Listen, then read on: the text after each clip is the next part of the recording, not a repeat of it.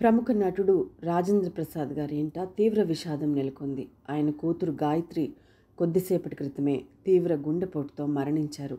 నిన్న రాత్రి ఛాతీ నొప్పితో బాధపడుతూ హాస్పిటల్లో జాయిన్ అయ్యారు గాయత్రి. షూటింగ్లో ఉన్న రాజేంద్ర ప్రసాద్ గారు విషయం తెలుసుకుని వెంటనే హాస్పిటల్కి చేరారు. అయితే గుండెపోటు తీవ్రం కావడంతో చికిత్స మధ్యలోనే గాయత్రి మరణించారు.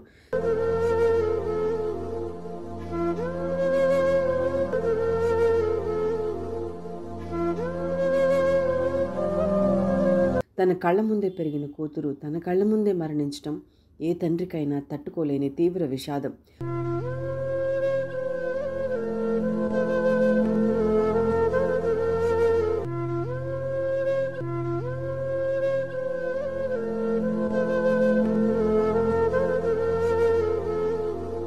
ఈరోజు ఆమె అంత్యక్రియలు హైదరాబాద్లో జరగనున్నాయి. గాయత్రి గారి ఆత్మకు శాంతి కలగాలని కోరుతూ, అలాగే రాజేంద్ర ప్రసాద్ గారికి, ఆయన కుటుంబ సభ్యులకు ప్రగాఢ సానుభూతి తెలియజేస్తుంది టీఆర్ న్యూస్.